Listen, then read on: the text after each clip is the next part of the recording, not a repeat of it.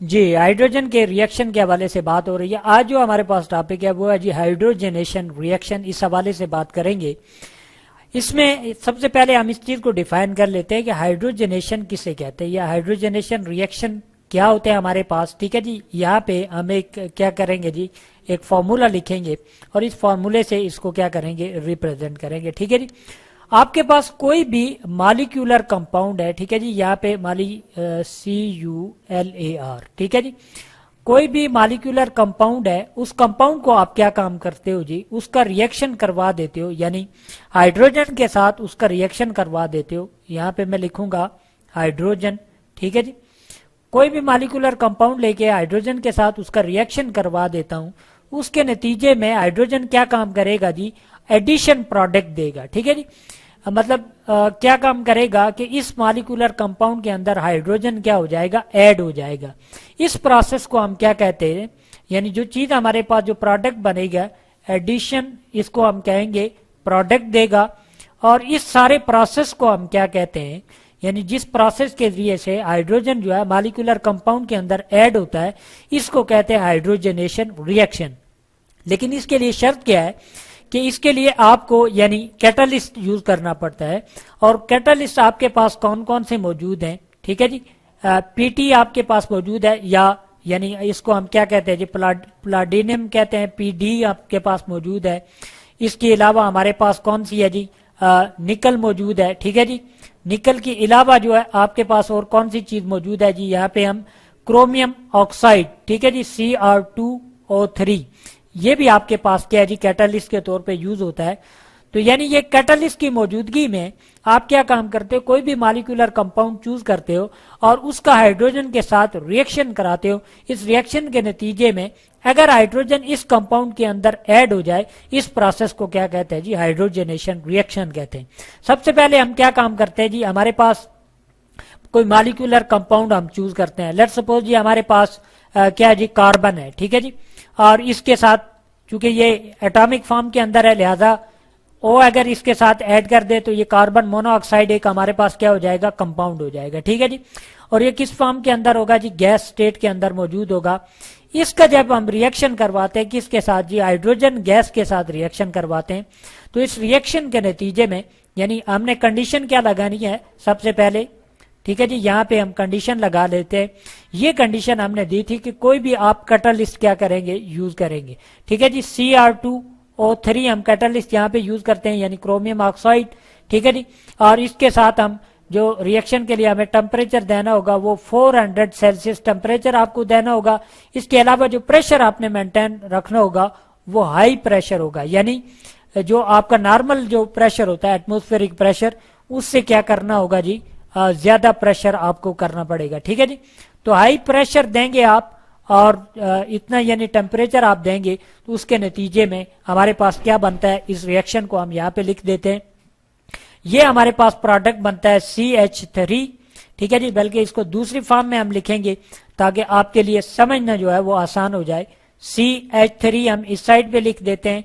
ठीक है जी, और बॉन्ड OH हमारे पास बन जाएगा।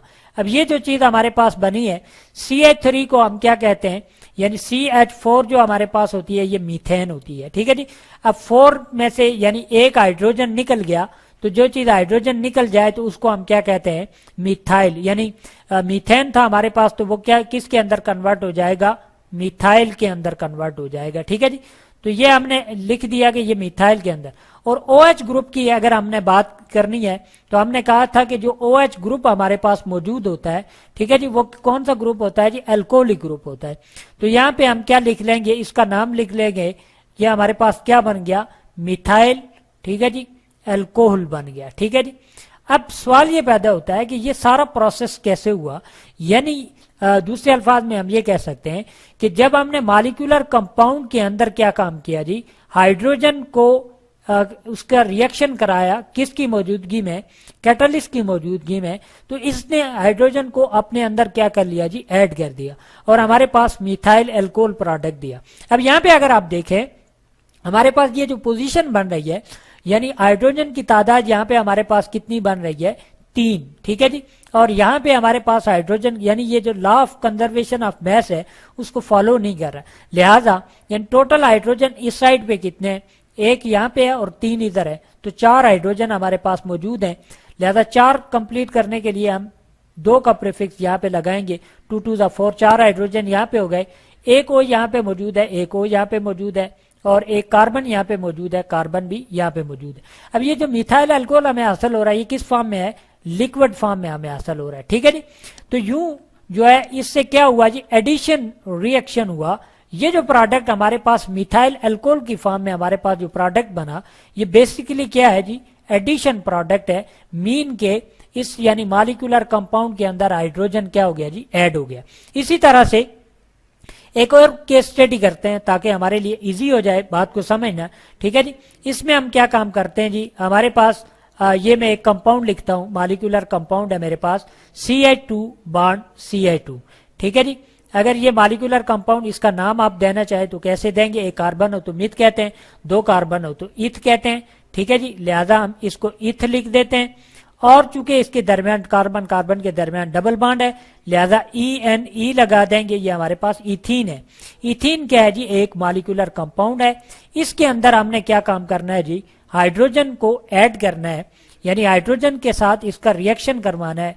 यानी यहाँ पे अगर मैं लिखूं H2 के साथ जो है वो इसका मैं रिएक्शन करवाने जा रहा हूं। कंडीशन मुझे क्या देनी पड़ेगी, यहाँ पे अगेन हम कंडीशन मेंशन कर लेते हैं कि हमें जो है वो निकल जो है जिसकी हमने पहले बात की थी, ठीक है, एज ए कैटलिस्ट यूज करना पड़ेगा। और कैटलिस्ट हमारे पास क्या होता है, जो केमिकल रिएक्शन को बूस्ट अप करता है यानी तेज करता है।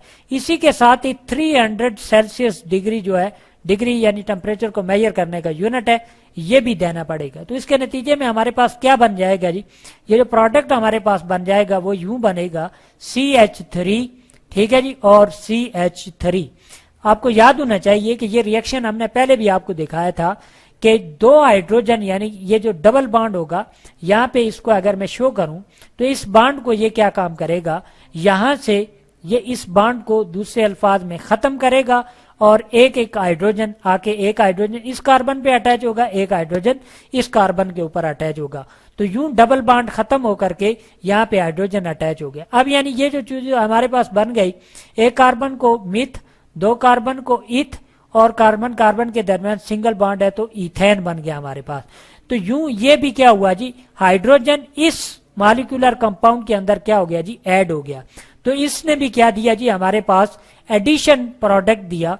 लिहाजा यानी यहां से हम ये कह सकते हैं किसी भी मॉलिक्यूलर कंपाउंड के अंदर अगर हाइड्रोजन को आप ऐड करेंगे in the presence of a catalyst, जो कि निकल हो सकता है, प्लाटिनम यानी PD हो सकता है, PT हो सकता है, ठीक है जी, या क्रोमियम जो हमारे पास ऑक्साइड हो सकता है, तो इस प्रोसेस को हम क्या कहते हैं जी, हाइड्रोजनेशन रिएक्शन कहते हैं जी।